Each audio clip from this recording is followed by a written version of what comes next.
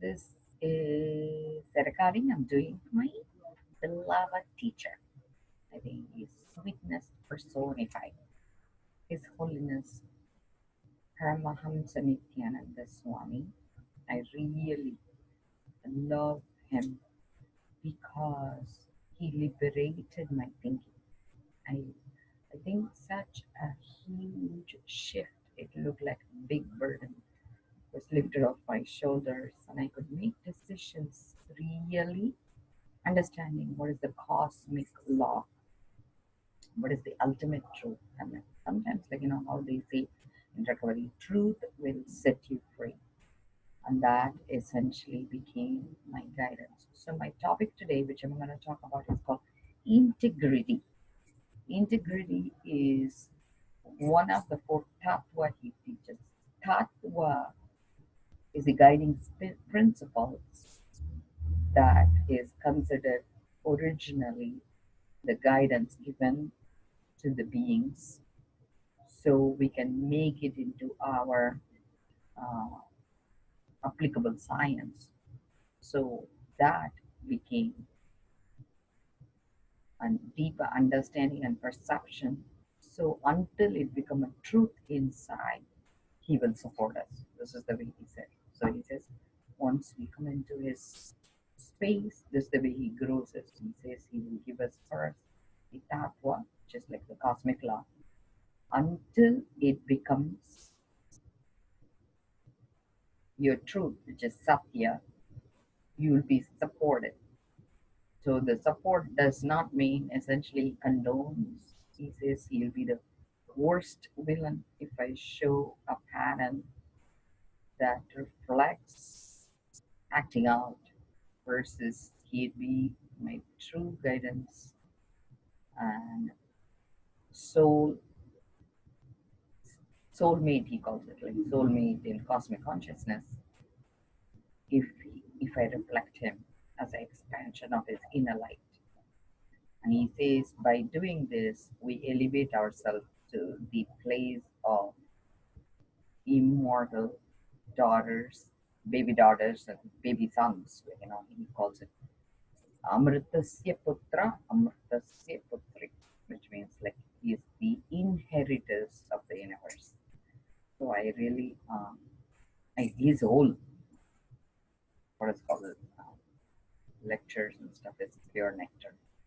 So I am expanding his teaching from the aspect of positive anonymous 12-step program because I live in America and Americans are very much into 12-step programs, and I'm going to incorporate what he's teaching. And so there are four tattvas, which is four cosmic law, which is first one is integrity, second one is authenticity, and the third one is responsibility, and then the fourth one is making other people achieve their goal. That is enrich and make them achieve their goal. Okay, enriching and causing. That's the word he uses. But essentially, you make them arrive where they need to go. Right? You give them the ability to achieve the outcome they are looking for. So this is another way of saying what you think. So of those four topics, the topic I'm going to talk on is integrity, and I'm going to use my Indian upbringing. I was raised in India, but I'm married to a Christian, and I follow 12 steps because my husband is in recovery, so I became a recovery coach. And how do I use my teacher, who is my higher power? Because in 12 step you pick your higher power and your sponsor, and you achieve superpowers, right? So essentially, if you achieve your goals and there is no barriers and you're achieving it quicker and quicker, that gives you superpowers, a belief or a faith in ourselves that we can achieve anything we want. And that's essentially what is the outcome I'm looking for me and for others. Because the barriers are self-created. So I'm going to record in a way that I grew up in India, how I saw integrity. Integrity, for some reason, I understood as the body, and the body, like when I was younger, see, each time you grow, your perception grows. So integrity for me meant I need to be pure, in my body. So I need to maintain myself in a single relationship. Before marriage, it is not getting to any involved relationship after marriage to be remaining faithful to that relationship, and also to hold like whatever word I give, to honor that and not to violate it. And so this is considered piousness in India. So the fascinating thing that happened is in India, I grew up like old fashioned, of course. I was raised in Chennai. It used to be called Madras, but in the suburbs near um, Meenambakam, it's called Pallavaram.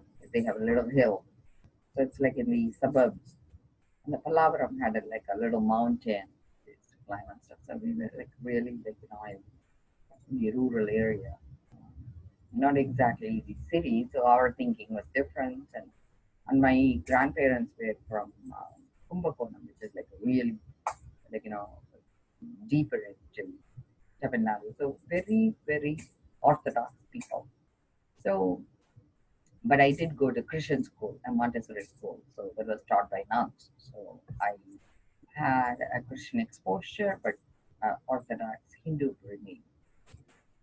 So the interesting thing that happened to me was I got an arranged marriage, and within 1 week, my husband took off, and he came from another country, and I could never find him again.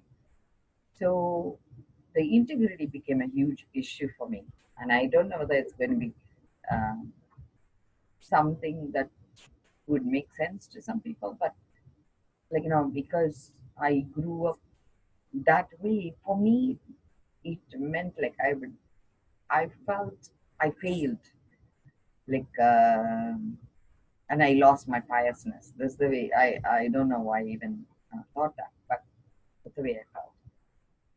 Then so I became my own detective. I told my dad, I'm going to go find this guy and I'm going to stay married.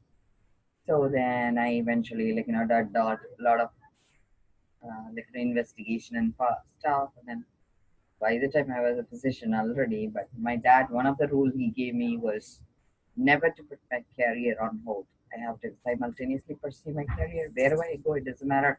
But I have to always maintain my job, which I paid attention to, because by the time I was married, I was already a physician.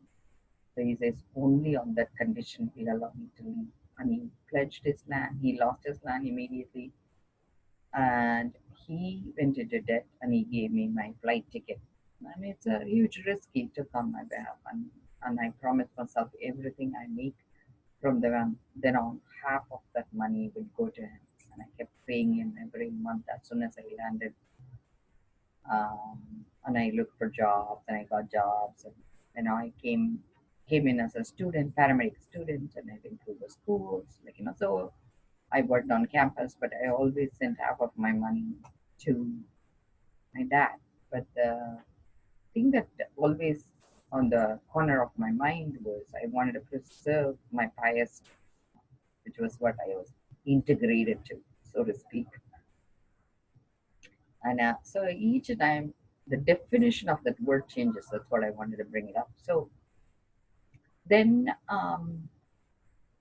I found out that the previous guy, was already married. He had a child. So obviously, I had to let go at that point, and the court, annulled my marriage. So, but still, there was a piece in me that I didn't feel connected to. Like I felt somehow, for some reason, I couldn't validate the piousness part. So for the world, it was as though marriage never happened. But for some reason, my mind was stuck on the piousness part of it. So I felt I lost the ability to be a rishi, you know.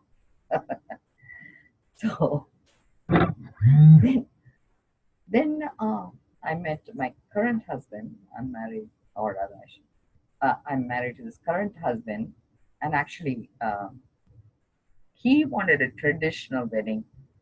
By the time I lost faith in Hindu wedding. So, but then it was very important to him. So we did get a Hindu wedding, but I did like a Gandharva, meaning like we moved in together on Akshaya Tritiya day. And then 2 weeks later, for some reason, all the stars are very important to me. I have no idea why. So Akshaya Tritiya on 1998, we moved in together because I felt I would give me as a gift to him. May 1st, which is the star for Ram's birthday, Punarvasu of 1998, we got Indian wedding as well. So we had a Gandharva wedding and we had an Indian wedding, May 1st. So Ram's birthday is when I got married to my husband in Indian fashion in the temple. We had nothing. I had, meaning like no money to support me, and I was so broke. My husband was also like not well off, so we used a turmeric to make the Mangalya Sutra, and I got married with the turmeric with the yellow thread. And the friends gave us like some money to get married, and the priest did it as a temple wedding in Lakshmi temple. I wore Lakshmi sari to be engaged, and then marriage took place with the priest's wife's borrowed sari, and then another priest gave me after the marriage my first sari to be worn as my wedding gift. I actually we had a great wedding, I should say, because I felt there is an Indian movie where, she, like to support her, she will put like food out to everybody to beg um, so she can make the donation to raise herself. And I think the person who wants to marry her will put that marriage thread under the, instead of donation, under the plate of food. And I kind of felt that's the space I held with my husband, because I really was begging for my life, and my husband gave me back to me. And it felt so healing at that point. But the thing that made big shift in me was I was asking the priest each time to explain to me what each event is for. So when they were putting the toe ring, the priest said to me, whatever is your past is this minute getting erased. That's what Ram's role in Akalya was. He says when Akalya was in a rock like state, and there was a curse, there was women, she was attracted to another man, and her husband, like, she was actually, she was, what is it called? Pretentiously, she was, um, the guy pretended he was her husband, and they got together, but she didn't know it. But for some reason, the man she was married to, the same, he held her accountable. He saying, how could you not even know that was not your husband? So because of that, she was made into a rock, and the other guy was also punished to have multiple birth to the female sexual organs so he can redeem himself. So this topic was brought up by our priest recently. That was very fascinating. He says the curse ended only very recently, he says, like 400 years ago or something. And the girl, like if you think of it to the modern day, she became frozen inside, right? Like you cannot even comprehend the depth of pain, and she probably became a immovable rock-like state. So Ram, during his avataric birth, he restores people to their potential, highest potential. So he saw the truth in her, and he releases her, and he gives her a new space to rewrite herself. That's the story of Ram releasing that rock. Since then, when people get married, they go around the fire. And in India, the marriage is about 7 generations staying together. So 3 generations above, 3 generations below, or offsprings, and then the middle, us coming together in unity. So you release 7 different relationship, my relationship, my husband's relationship, their family, my family, and environment. So by two beings joining together, this much healing is taking place. So it's a commitment we make to each other. And when you take those 7 steps around the fire, when you put the door in, the husband says, I completely erase what your past is about, and I'm giving you a new ability to be the pure state of oneness with me. And I finally understood what was integrity. Integrity is not about like what I thought was my body being pure and all that stuff. It's the ability for somebody else believing in me and saying, you know what, let's let go of the past and let me start you over again, and lighting that pilot in me, my soul back. So I feel lit inside, not broken anymore. And even though I could see that as the truth, but for some reason, one more person had to believe in me for me to accept that as my inner core. And that's what Ram did. For every being he encountered, he released them one more time. And I felt they actually called Ram is called the light within. And that's why people always, like actually, Ram is the greatest mantra they chant when people transition from one body to another, like end of life, they chant Ram. And so Ram is like the pivotal turning point in thinking. He's a shifter of thinking, and he was the first one who put together Vedas, which is the ultimate cosmic law, into applicable agamas, which is applied science. And he was the first one who rewrote how a human being should live with all the worldly rules and to be committed to a relationship and how to be pure in that relationship, not even having fantasies or anything, not to be um, frivolous about commitment. So I think, and how to give like word and honor that word. So that is what integrity is about, I felt. And so this is my original understanding. Then when I was listening to Swamiji about he was saying integrity. Integrity is not only, this is the second shift that happened right during my marriage. And then the third shift that happened was when I met my teacher, who's my superpower, my higher power.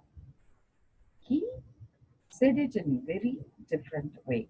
He said, integrity is what you think of your value and you attaching to that value and bringing you to the next level.